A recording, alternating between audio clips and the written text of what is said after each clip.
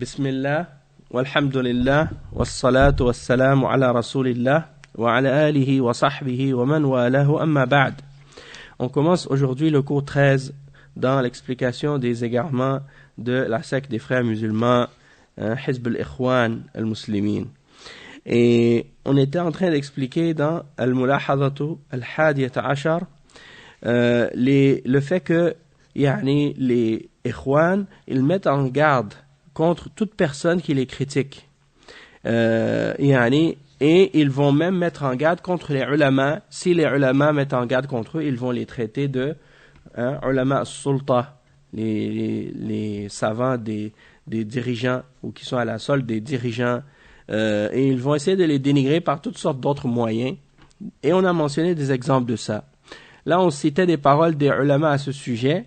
Et entre autres, la parole de Cheikh Abdullah ibn Abdul Latif al-Sheikh, rahimahullah, il dit وَقَدْ بَلَغَنِي عَنْ بَعْضِ مَنْ غَرَّهُ الْغَرُورُ وَالطَّعْنُ فِي الْعُلَمَاءِ وَرَمْيِهِمْ بِالْمُدَاهَنَةِ وَأَشْبَهِ هَذِهِ الْأَقَاوِيلِ التي صدت أكثر الخلق عن دين الله وزين لهم الشيطان بسبب ذلك الطعن في الولاية بأمور حقيقتها البهتان والطعن بالباطل. Donc, Cheikh Abdullah ibn Abdul Latif al-Sheikh, rahimahullah, il a dit, il m'est parvenu que certaines personnes qui ont été trompées par le shaitan ont attaqué ou critiqué les ulama et les ont accusés de compromis ou de complaisance, et ils ont dit à leur sujet des propos semblables. Et ça, c'est des choses qui ont obstrué et empêché beaucoup de gens de suivre la religion d'Allah Azza wa Jal, et le shaitan leur a embelli à cause de ça la critique et l'insulte des ulama. Allah al-Musta'an. Et donc, il dit, c'est en réalité des choses qui sont basées sur les calomnies et des attaques non fondées et des choses futiles. Donc, le Cheikh Abdul Aziz ibn Baz, il dit, الواجب على المسلم أن يحفظ لسانه عما لا ينبغي وأن لا يتكلم إلا عن بصيرة فالقول بأن فلانا لا يفقه الواقع هذا يحتاج إلى علم ولا يقوله إلا من عنده علم حتى يستطيع الحكم بأن فلانا لم يفقه الواقع أما أن يقول هذا جزافا ويحكم برأيه على غير دليل فهذا منكر عظيم لا يجوز والعلم بأن صاحب الفتوى لم يفقه الواقع يحتاج إلى دليل ولا يتسنى ذلك إلا للعلماء. Donc, Cheikh Ibn Baz, il répond à ceux qui critiquent les ulama en disant qu'ils ne comprennent pas la réalité du monde actuel, qu'ils ne comprennent pas la situation de ce qui se passe réellement dans le monde. Et on entend souvent ce genre de propos de la part des complotistes qui se sont fait toutes sortes de films dans leur esprit et qui se sont imaginés toutes sortes de complots dans leur tête. Et ils pensent que par ces complots-là, ils ont compris la réalité de qu'est-ce qui se passe dans le monde. Ils ont compris les secrets et les choses cachées de tout ce qui se passe dans le monde entre les individus qui sont au pouvoir et les personnes riches et les personnes qui sont haut placées. Donc, ils disent, nous, on a bien compris la réalité.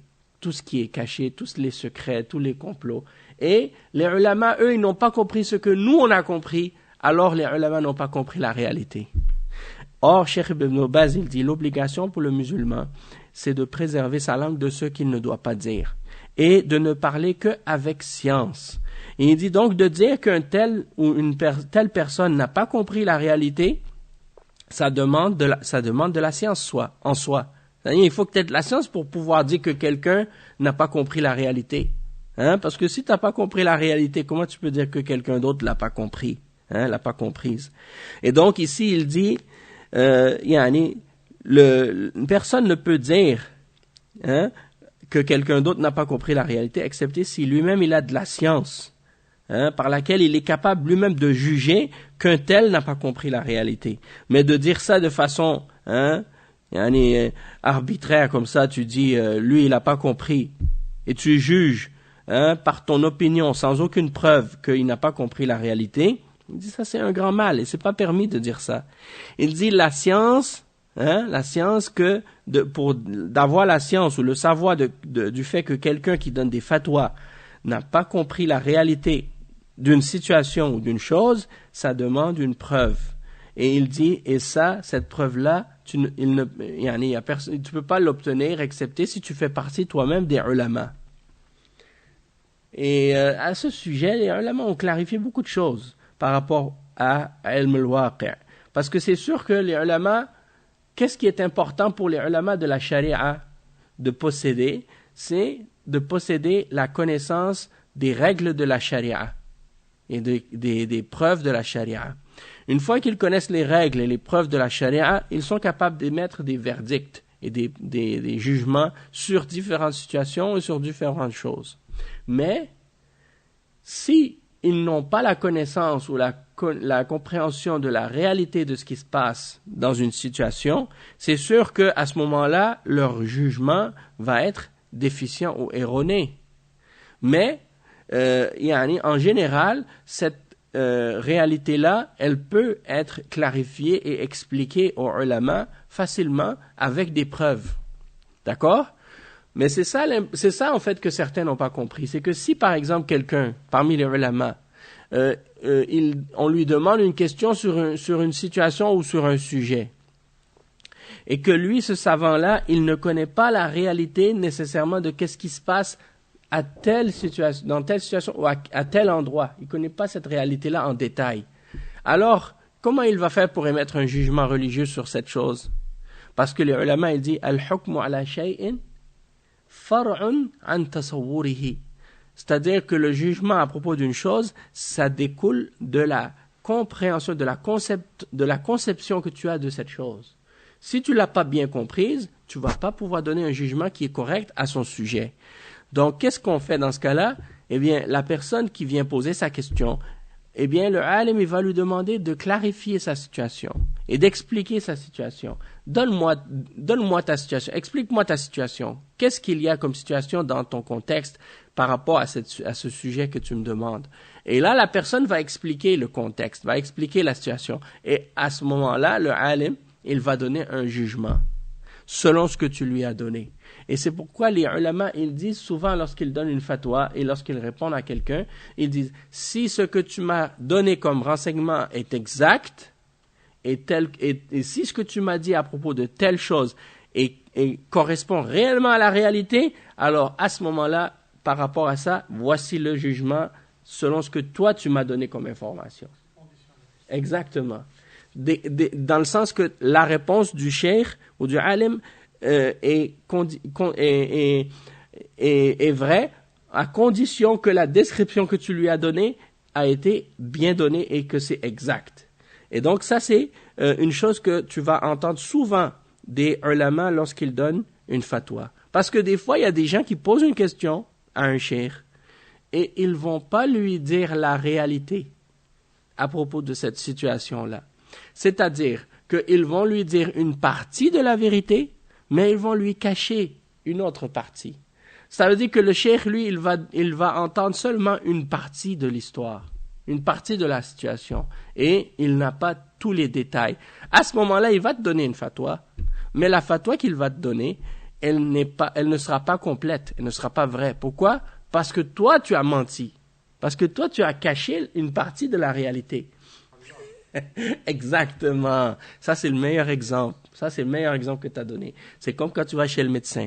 Si le médecin me dit, décris-moi qu'est-ce que tu as comme symptôme. Comment tu te sens? Où est-ce que tu as mal? Si tu lui dis pas la réalité au médecin, tu as mal dans ton pied, tu lui dis que tu as mal dans ton bras. Il va te donner un remède pour quelque chose de ton bras, ça n'a aucun rapport avec ton malaise. Parce que tu lui as pas dit les choses réelles. Et donc, la fatwa, c'est la même chose. Donc, ça, c'est une chose très importante à comprendre. Et je me rappelle à une époque où les gens, par exemple, ils parlaient de l'Afghanistan, puis ils parlaient du djihad et tout ça. Et ils disaient, nous, on prend pas des fatwas des ulama à propos du djihad. On prend seulement les fatwas de ceux qui sont sur le terrain, là où il y a le combat. Ouais, sur le terrain. Il a dit, subhanallah, comment ça tu vas prendre des gens qui sont... C'est qui les ulama qui sont sur le terrain? S'il n'y en a pas d'ulama, vous allez prendre la fatwa des ignorants? Hein? Et est-ce que c'est une condition pour que le alim donne une fatwa qu'il soit sur place? Non. Tu peux lui expliquer la situation et le cheikh, il va te donner le hukm selon la sharia. Même s'il n'est pas sur place, il peut répondre à une question par rapport à ce qui se passe sur le terrain. Mais il faut que tu lui expliques qu'est-ce qui se passe sur le terrain. Mais eux, ils ne veulent pas entendre la vérité des jugements de la charia. Alors, qu'est-ce qu'ils font? Ils disent, on ne prend pas de ceux-là parce qu'ils ne sont pas sur le terrain. C'est une shubha. Hein? C'est une shubha pour dire que, ils vont dire, on ne va pas prendre d'eux. Donc, si tu fermes la porte aux ulama, à qui tu vas te tourner vers qui? Tu vas te tourner vers des ignorants. Tu vas te tourner vers des ignorants qui vont te donner des fatwas qui sont en accord avec ta passion et tes désirs. C'est parce que, en tout cas, il y a des gens qui utilisent ça et ils trouvent ça avantageux pour eux parce qu'ils peuvent jouer avec la fatwa comme ils veulent et l'appliquer à la situation qu'ils veulent alors que ça ne s'applique pas. Et ça, c'est très dangereux.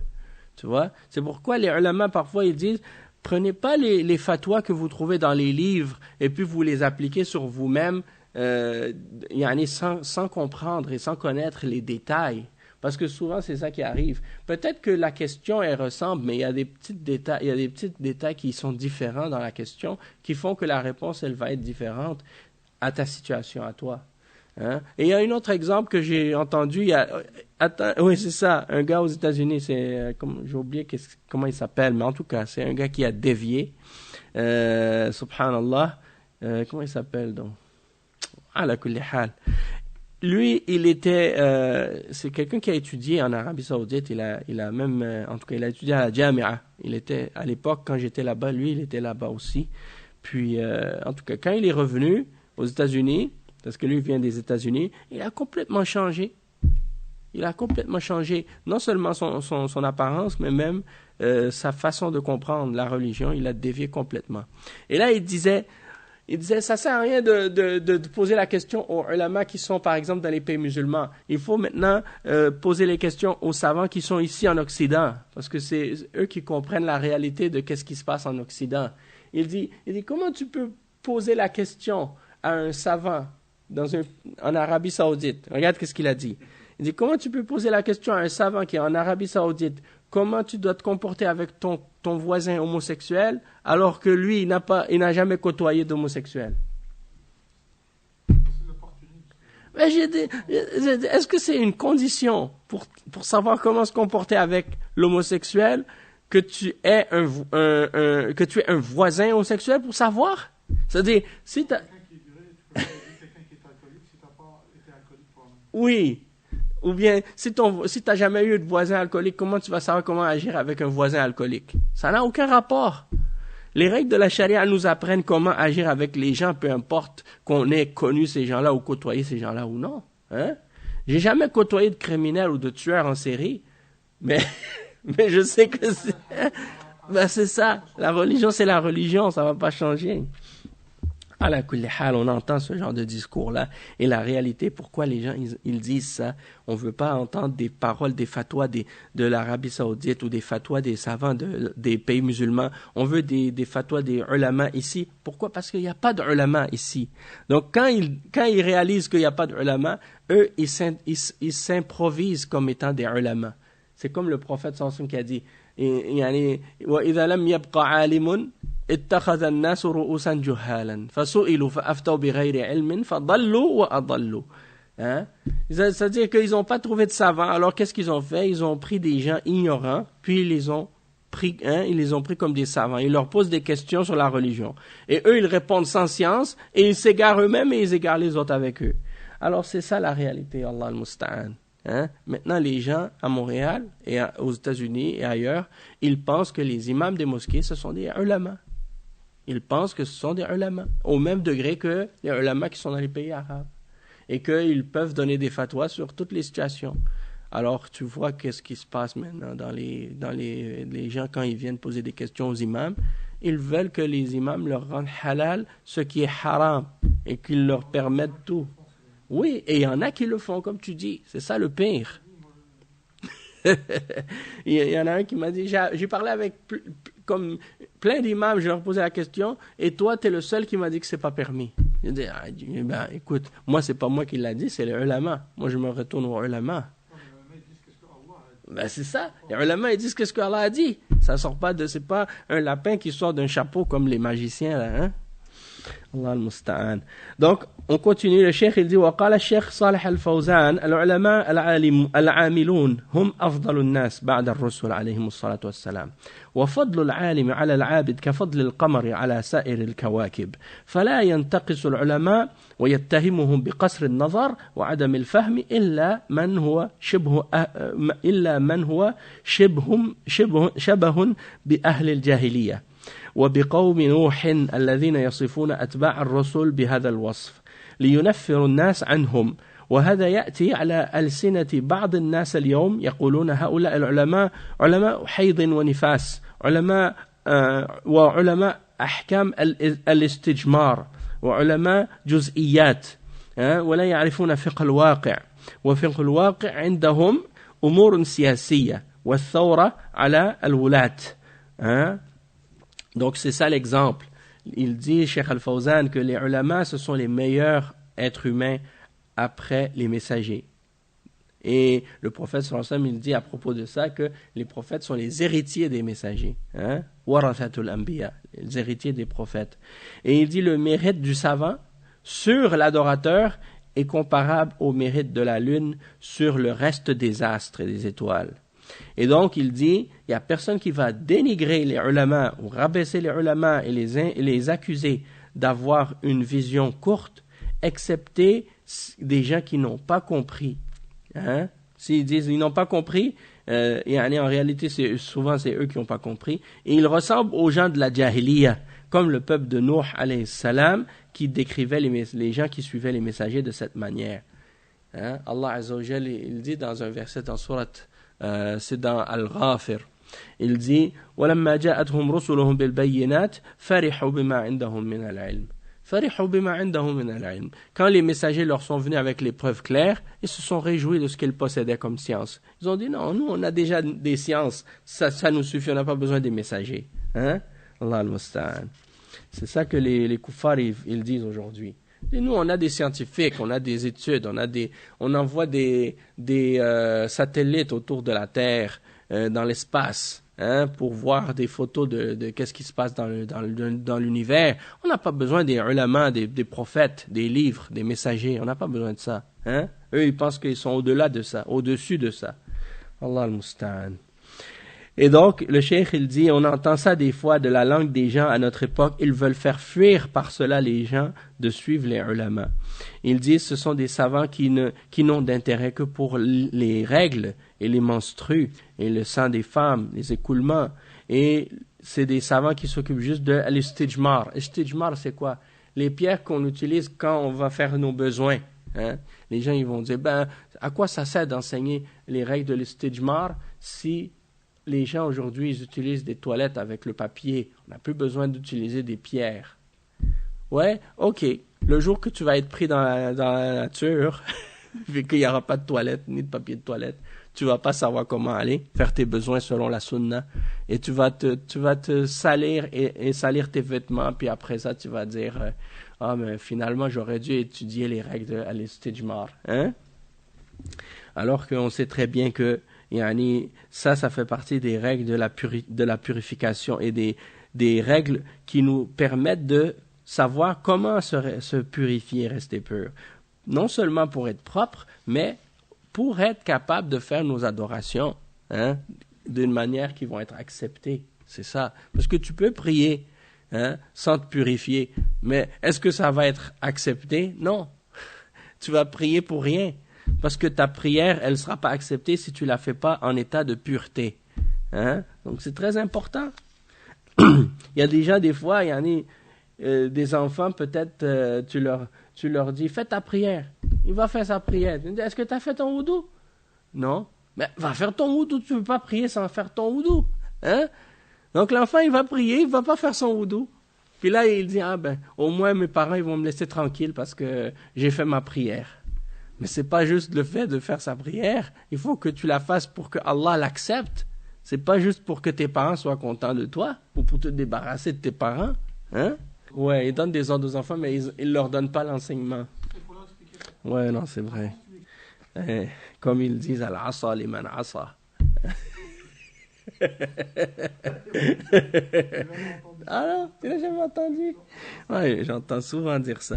Le bâton pour celui qui désobéit. Parce que c'est le même mot en arabe. Hein? Asa, c'est le bâton, puis asa, c'est yani la désobéissance.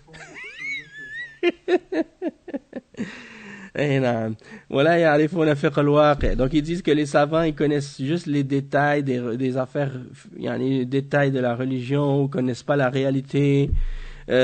Pourquoi ils disent ça? Parce que pour eux, la compréhension de la réalité du monde, c'est juste les affaires politiques. Hein? C'est ça qu'ils pensent. Et tu vois, les complotistes, les takfiriyin et tout, ils ont tous une théorie du complot sur qu'est-ce qui se passe dans le monde et de la politique. Hein?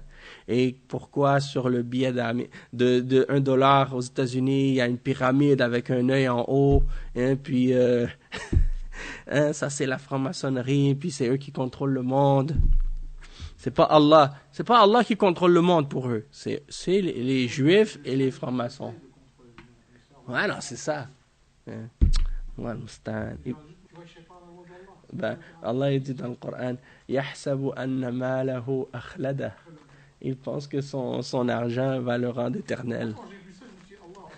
Mais c'est ridicule parce que je l'ai vu ce truc-là sur c'est un algue, pas un algue, je sais pas, c'est une méduse comme tu dis. Et c'est la même cellule qui se régénère à chaque fois. Elle vit, elle meurt, elle se, en tout cas, je l'ai entendu parler. Ben c'est ça. Allah, il est capable de faire vivre un être humain 1000 ans. Et regarde les lézards il y a des lézards, si tu leur coupes une patte, leur patte, elle se régénère et elle se recrée. Ouais. Nous, c'est ça, nous, on s'amusait toujours quand on était petits. On jouait avec les vers de terre. Puis les vers de terre, si tu les coupes en deux, et les deux parties, elles vont continuer à bouger indépendamment de l'autre. Et donc, nous, ça nous amusait de jouer avec ça. Et c'est juste pour dire, il y en a aujourd'hui des koufars qui disent, on va injecter à des êtres humains des gènes de ce lézard ou de cette bête. Puis là, on va être capable, nous autres aussi, les êtres humains, si on se coupe un bras ou si on se coupe une jambe, ça va repousser. Allah al-Musta'an. Ah oui, non, c'est ça, une graine, tu peux la laisser dans une enveloppe ou dans un contenant pendant 10 ans, puis 10 ans après, tu la plantes, elle va pousser avec de l'eau, puis c'est Allah qui l'a fait pousser. Ah ben non, l'être humain n'est pas une plante. En tout cas, on va continuer. Al-mulahadatu al-thaniyata ashar. Donc, on a conclu maintenant à propos de qu'est-ce qu'ils disent à propos des ulama. Ça, c'est une des méthodologies des ikhwan. Donc, si vous rencontrez des gens qui parlent mal contre les ulama et qui disent à leur sujet ce genre de critique, ah, ça, c'est des savants qui écoutent les ulama ou qui écoutent les dirigeants. C'est des savants qui sont à la solde des dirigeants, ulama al-hukam, et ainsi de suite. Et qui dénigrent les savants en disant qu'ils ne comprennent pas la réalité ou des choses comme ça. Moi, j'ai même entendu certains qui disaient « Ah, les ulama en Arabie Saoudite, ils ne peuvent pas dire la vérité. Ils ne peuvent pas dire la vérité. » Puis, pourquoi ils disent ça? Parce que pour eux, la vérité, c'est de faire le takfir. C'est-à-dire que ils disent les ulama ne peuvent pas dire que tous les dirigeants sont des koufars. Ils ne peuvent pas faire leur takfir. Donc, ça veut dire que c'est comme si en voulant dire qu'ils n'ont pas la liberté de dire toute la vérité qu'ils veulent. Hein? Alors que, en réalité, ces gens-là, c'est parce qu'eux-mêmes, ils n'ont pas compris les règles du takfir, qui fait qu'ils tombent eux-mêmes dans le takfir à cause de ça, sans se baser sur des preuves et des compréhensions. Exactement. Et donc, il y en a effectivement des gens qui qui ont accusé les gens de la sunna de faire le takfir, et même qui les ont accusés d'être des khawarij. Hein, t'entends ça? Parce que eux-mêmes, ils savent pas c'est quoi les khawarij. Alors quand ils ne connaissent pas les khawarij, ils accusent les gens de la sunna de faire partie des khawarij. Parce que eux sont des murji'a. Les murji'a considèrent que les gens de la sunna sont des khawarij. Et les khawarij considèrent que les gens de la sunna sont des murji'a. Tu vois, c'est parce que quand il y a deux extrêmes et il y a le juste milieu. Et donc quand tu comprends ça, tu vas comprendre que celui qui est à cet extrême-là, il voit celui qui est au milieu comme étant à l'extrême. Et celui qui est à l'autre extrême, il voit celui qui est au milieu comme étant à l'extrême, alors qu'en réalité, il est entre les deux extrêmes. Et c'est ça. Comme tu dis, l'ignorance et la passion, Allah musta'an. Donc, الملاحظة الثانية عشر تحذيرهم من الكتب التي تحذر من منهج الإخوان والتي تبين ما وقع فيه قادة الإخوان من مخالفات فيما يتعلق بالعقيدة وطريقة الدعوة وغير ذلك فإنهم يحذرون من تلك الكتب ويصفونها بأنها كتب مهاترات وأنها تفرق الأمة وتخلخل الصف وأنها كتب ضلال إلى غير ذلك من الافتراءات الباطلة. نعم. Donc ça c'est un exemple. Ici, on voit que, comme l'observation numéro 12, ils mettent en garde contre les livres qui avertissent au sujet de la méthodologie des Ikhwan et de leur aqidah et de leur façon de faire la da'wah et de leurs égarements. Et donc, aussitôt qu'ils vont voir un livre qui met en garde contre eux, ils vont tout de suite avertir les gens pour dire non, il ne faut pas lire ces livres-là, c'est des livres de division, c'est des livres d'égarement, et ainsi de suite.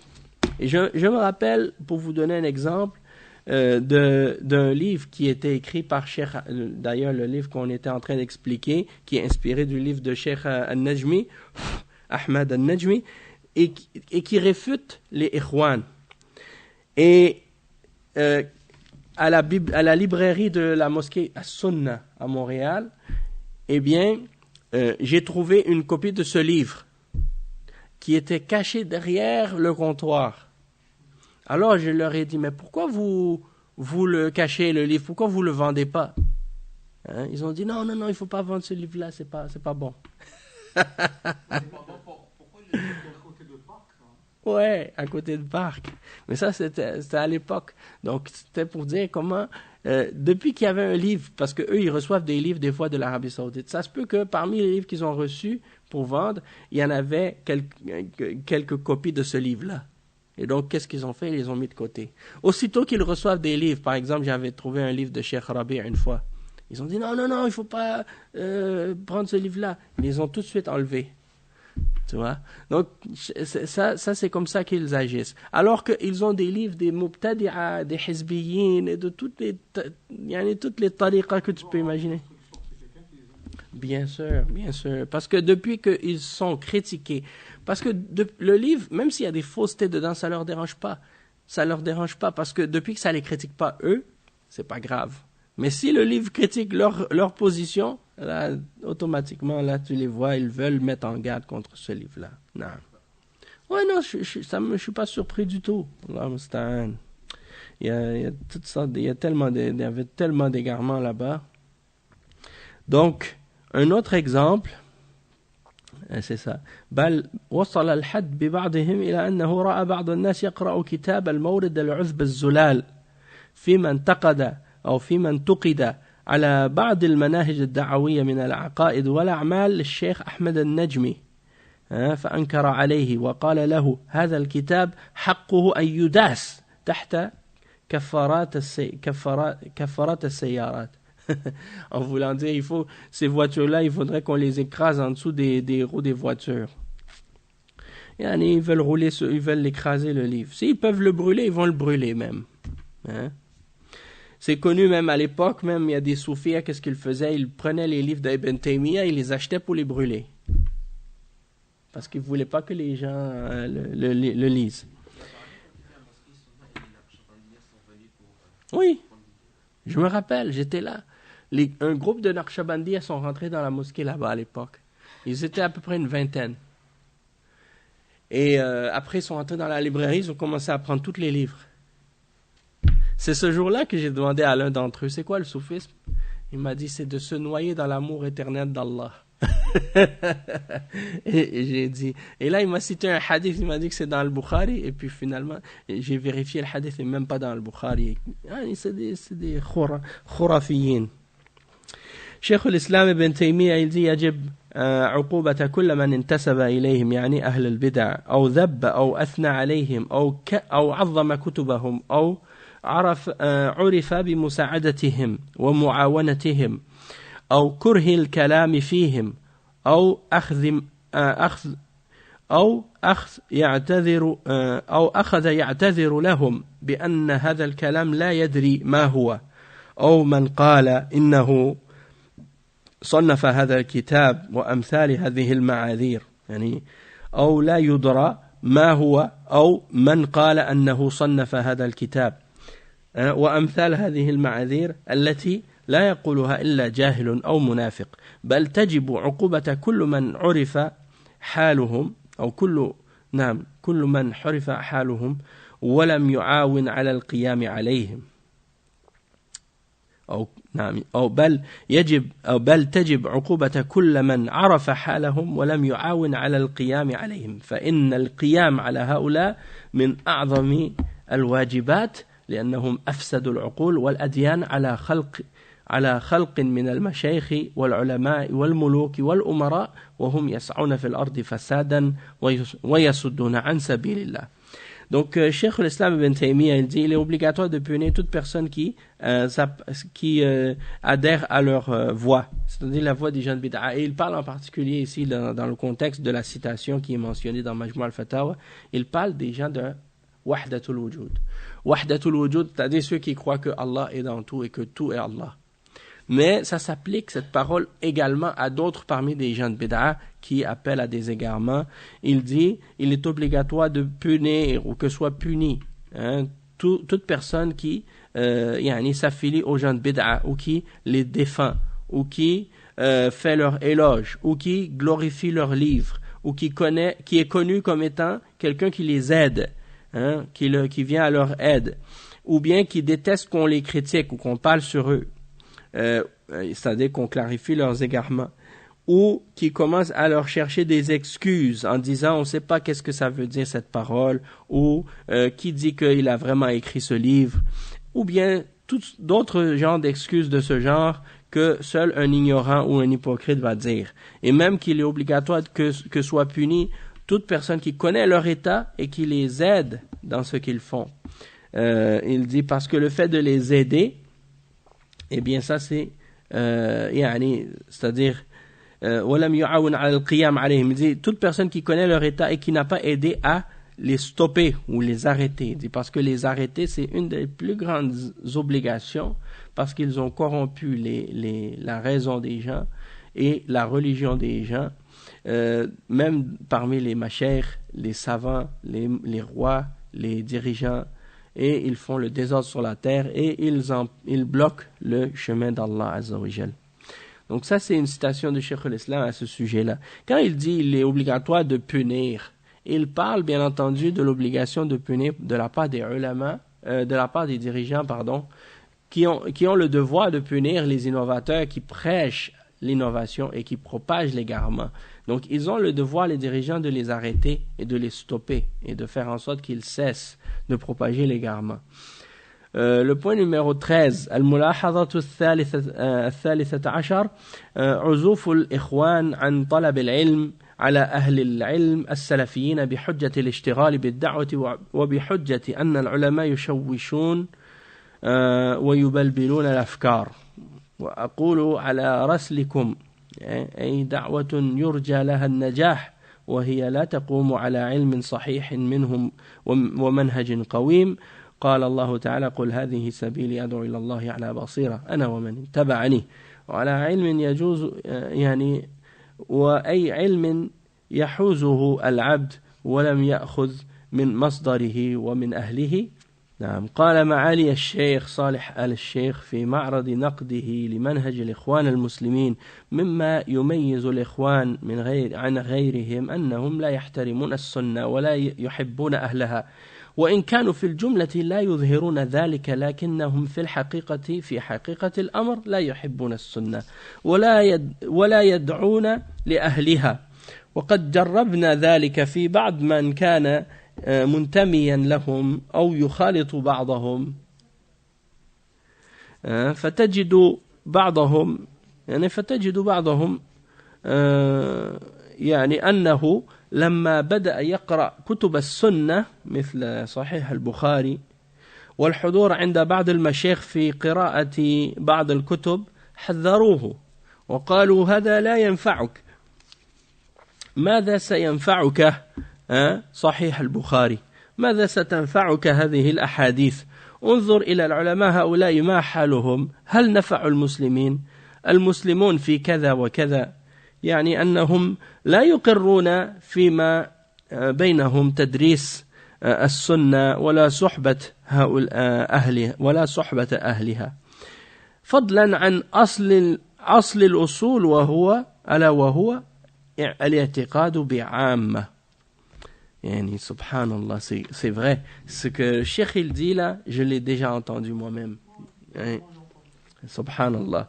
Donc, qu'est-ce qu'il dit, le cheikh? Il dit que une des choses qui est particulière chez les Ikhwan et par rapport à d'autres, c'est qu'ils ne respectent pas la sunna. Ils ne respectent pas la sunna et ils n'aiment pas les gens de la sunna. Même si en apparence, ils ne montrent pas ça.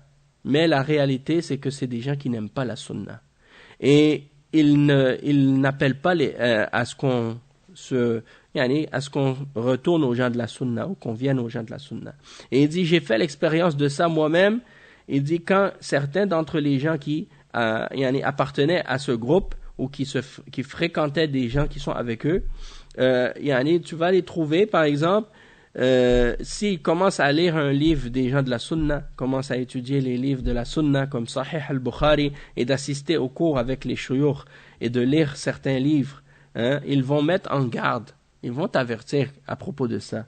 Et certains d'entre eux, ils disent par exemple, à quoi ça va te servir d'étudier Sahih al-Bukhari? Il dit, à quoi ça va te profiter d'apprendre ces hadiths-là ou d'étudier ces hadiths-là? Il dit, t'as pas vu les ulama, t'as pas vu leur état? Et est-ce qu'ils ont profité les musulmans? Hein? Il dit, regarde l'état des musulmans actuels. Hein? Donc, de un, ils voient l'état des musulmans et ils se disent, si les musulmans sont dans cet état-là, c'est à cause des ulama. Donc, ça veut dire que l'état des ulama, il n'est pas bon. Et les ulama, ils sont pas bons, ils sont dans cet état-là. Pourquoi? Parce qu'ils ont étudié ces hadiths-là et ça sert à rien. Ils ont inversé complètement la religion et la compréhension des choses, de la réalité des choses. Allah al-Musta'an. Ben c'est ça. Si les musulmans sont dans cet état-là, c'est parce qu'ils se sont écartés justement de l'apprentissage et de l'enseignement et du suivi de ce qui est mentionné dans ces hadiths-là et que les ulama nous enseignent. Hein? C'est pas le contraire. Ben oui, toutes les adorations, c'est la même chose. Tu peux pas appliquer une adoration dans l'islam sans connaître les règles de cette adoration-là. Et comment tu vas faire pour connaître les règles de cette adoration-là si tu ne l'as pas étudié avec les ulama? Hein? Donc on va voir à ce sujet-là des exemples. Et donc le cheikh il continue cet exemple de qu'est-ce que ces gens-là disent. Ils disent les musulmans sont dans tel état et dans tel état. Et il dit يعني أنهم لا يقرون فيما بينهم تدريس السنة. Donc entre eux les ikhwan, ils ne s'encouragent pas à étudier la sunna ni d'être en compagnie des gens de la sunna et encore moins le fondement des fondements, c'est-à-dire la aqida de la sunna et des gens de la sunna. Et même que je me rappelle à l'époque quand j'avais préparé des audios, quand j'avais écouté les audios de Tariq Ramadan pour repérer les égarements qu'il y avait dedans, et quand je suis tombé sur certaines des conférences qu'il a faites où il critiquait ceux qui faisaient des études islamiques et ceux qui apprenaient les hadiths, Hein? Et ils leur disaient, ouais, c'est bien beau d'apprendre les hadiths, mais... Hein? Et lui, il disait, c'est comme s'il encourageait les jeunes à écouter des films, puis à faire des critiques des émissions et des reportages et de lire les journaux. Il pense que ça, c'est plus bénéfique que d'étudier la sunna. Donc c'est là que tu vois l'égarement de ces gens-là. Ils découragent les gens d'aller s'asseoir avec les ulama de l'islam et d'apprendre avec eux. Et ils les encouragent. Ben, c'est ça. Ils veulent garder les gens dans l'ignorance pour pouvoir les contrôler et les manipuler et les amener vers qu'est-ce qu'ils veulent. Et donc, الله المستعان واسمع لكلام علماء الإسلام وهم يبينون حاجة الأمة عموما إلى العلم وحاجة الدعاة إلى الله خصوصا إلى العلم وأنه لا يصح لعبد عمل إلا عن علم. Donc il dit, les ulama, ils nous ont fait comprendre qu'on a besoin de science et qu'on ne peut rien établir d'adoration ou d'action sans la science de la religion. Et même ta da'wa, si tu veux faire une da'wa, tu veux appeler les gens à l'islam, tu peux pas appeler les gens à l'islam sans science. Et cette science-là, c'est la science du Coran et de la sunna. Sinon, tu peux pas rien faire de ta religion. Et donc, العزوف عن العلماء الكبار والجلوس إلى الصغار من الحزبيين التلقي عليهم هذا من الضلال بعينه. On entend souvent des ikhwan, c'est ça. Ils écartent les gens ou ils éloignent les gens d'aller étudier avec les grands ulama. Puis eux, tu vois, c'est des gens qui n'ont rien appris, qui n'ont rien étudié, qui se sont même pas assis avec les ulama. Et ils vont assister à leurs halaqat. Et ils font des halaqas entre eux. Et des fois, c'est juste, ils prennent un livre puis ils lisent chacun leur tour. Il y en a qui vont s'asseoir avec le livre et ils vont prendre le livre puis ils vont lire, chacun leur tour, ils vont lire. Chez les tablir, ils font la même chose. Donc, ça veut dire ils vont pas aller chez les ulama, mais eux sont des ignorants et ils se basent sur l'enseignement qu'ils se donnent les uns aux autres. Hein? Inspirés par le shaitan, yani Allah al-musta'an. Donc, on voit que le prophète sallallahu alayhi wa sallam dit inna min ashrat as-sa'a an yultamas al-ilm 'inda al-asaghir. An yultamas al-ilm 'inda al-asaghir. C'est rapporté par Ibn al-Mubarak dans son livre Az-Zuhd et Al-Laka'i dans Sharh i'tiqad usul i'tiqad ahl as-sunnah wal jama'a de Al-Laka'i. Et il y a dans cette narration Ibn Luhay'a, excepté que Ibn al-Mubarak, il l'a entendu de lui avant que ses livres soient brûlés. Parce que Ibn Luhay'a, c'était un des grands ulama et un des savants de hadith. Et il mémorisait les hadiths, mais en même temps, il les avait tous écrits dans des livres. Et quand il y a eu un feu chez lui, ses livres ont brûlé. Alors, après, il rapportait parfois les hadiths qu'il avait mémorisés, mais il faisait des erreurs. C'est pourquoi les ulama, ils disent, Ibn Luhay'a, on ne prend pas ses hadiths, sauf si on est certain que c'était avant que ses livres soient brûlés. Donc si, ici, on voit l'exemple que c'est Ibn Luhay'a qui l'a rapporté, Ibn al-Mubarak qui l'a rapporté de Ibn Luhay'a, mais il spécifie que c'était avant que ses livres soient brûlés. D'accord? Donc, qu'est-ce que ça veut dire ce livre-là? Qu'est-ce que ça veut dire ce hadith-là? Inna min ashrat as-sa'a an yultamas al-ilm 'inda al-asaghir. يعني وقد فسر بعض أهل العلم الأصاغر بأهل البدع. وقال ابن مسعود إنكم لن تزالوا بخير ما دام العلم في كباركم فإذا كان العلم في صغاركم يعني في صغاركم سفه الصغير الكبير فإذا كان العلم في صغاركم. Cette parole du prophète sallallahu alayhi wa sallam, qu'est-ce qu'elle signifie? Elle signifie, une des signes de l'heure, c'est que les gens vont chercher la science chez les petits. Al-Asaghir. Asaghir, c'est le pluriel de Saghir. Saghir qui veut dire petit. Donc, les ulama ont expliqué que Al-Asaghir, ça désigne soit les gens de bid'a, parce que ils ont dit les gens de bid'a sont des petits, même s'ils sont vieux.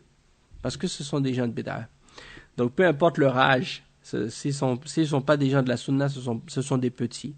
Et une autre explication aussi, ça veut dire de prendre la science chez les jeunes, chez des petits qui sont jeunes. Exactement. Et Abdullah ibn Mas'ud, il a expliqué en disant, vous allez rester dans le bien, vous allez continuer à être dans le bien, tant que votre science vous vient de vos grands, aux grands d'entre vous, aux personnes qui sont plus âgées, plus sages.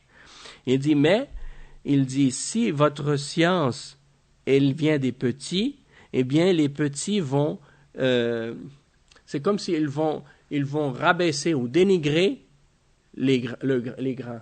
Oui, on peut aussi dire les grands ou les petits en connaissance. Oui, d'ailleurs, même que les ulama, ils ont même, il y a des paroles des ulama qui expliquent que si une personne est petite ou jeune, mais qu'elle rapporte des grands, elle dit celui qui est petit, qui rapporte des grands, il devient un grand lui-même. Parce que c'est les propos des grands qu'il rapporte. Mais tout ça pour dire, Yani, que tu vois aujourd'hui, et ça j'ai remarqué dans certaines communautés, ça arrive, que quand il y a des frères qui ont étudié la science avec les ulama, qui ont fait des années dans l'apprentissage, puis que par la suite ils vont enseigner, les jeunes qui viennent par la suite des générations suivantes, qui reviennent eux aussi, qui ont été étudiés puis qui sont revenus, eh bien parfois, certains d'entre eux, ils vont comme dénigrer ceux qui sont plus vieux qu'eux, parce qu'ils veulent prendre leur place. Parfois. Donc, ça fait comme un genre comme si les jeunes dénigrent ceux qui les ont précédés dans la science. Et ça, c'est une mauvaise caractéristique chez des jeunes comme ça. Parce que les jeunes, au contraire, quand ils arrivent, qu'ils ont été étudiés, qu'ils sont revenus, maintenant, ils doivent se mettre derrière les grands et les supporter et les aider disons, s'entraider avec eux dans la science et dans le bien pour appeler les gens et enseigner aux gens et non pas compétitionner avec eux ou bien essayer de les rabaisser ou de les dénigrer. Puis il y a aussi des fois, qu'est-ce qui se passe, c'est qu'il y a des personnes aussi qui ont étudié, qui ont déjà passé des années dans l'enseignement, dans l'apprentissage et qui voient des jeunes qui arrivent et ils leur ferment les portes ou ils leur laissent pas d'opportunité. C'est comme si on dirait qu'ils veulent pas que quelqu'un vienne pour disputer leur position ou leur science ou qu'est-ce qu'ils ont déjà établi. Alors que ça, c'est une erreur. Parce que on a besoin justement des jeunes qui viennent, qui ont appris pour justement faire continuer cette da'wa, puis la faire, tu vois, parce que, comme on dit, il faut qu'il y ait une relève à cette da'wa. Et en même temps, moi j'expliquais ça à des frères, j'ai dit, dans des pays où il y a des milliers, des millions de musulmans, il ne peut pas y avoir quelques prêcheurs seulement. Il faut qu'il y en ait le plus possible. Donc, s'il y a des jeunes qui ont étudié, c'est ça. Exactement. L'important, c'est que, comme tu dis, que les frères qui reviennent soient sur un bon manhaj, qu'ils respectent leurs aînés et que les aînés, eux, aient miséricorde pour les plus jeunes et les encouragent et les orientent et les guident et les aident dans le bien. Et ça fait partie de ta'awun ala al-birri wa taqwa. Et donc, c'est des choses qui sont importantes à comprendre, en fait. Ibn al-Jawzi, يقول وقال في وصاياه لطلاب العلم قائلا ويزاحم القدماء من كبار العلماء منتهبا الزمان في كل ما هو أفضل من غيره. En tout cas, on va s'arrêter ici pour aujourd'hui. Parce que là, il y a une autre page, même il y a comme 2-3 pages de citations des paroles, même plus que ça encore, même de paroles des ulama sur l'importance de prendre la science des ulama. On va donc laisser la suite pour la semaine prochaine, Inch'Allah, on expliquera, bi'iznillah, les détails de ce que les ulama ont dit à ce sujet-là, Inch'Allah. On s'arrête. Subhanakallah wa bihamdik. Ashhadu an la ilaha illa anta astaghfiruka wa atubu ilayk. Wa sallallahu wa sallam ala nabiyyina Muhammad wa ala alihi wa sahbihi ajma'in. Wassalamu alaykum wa rahmatullahi wa barakatuh.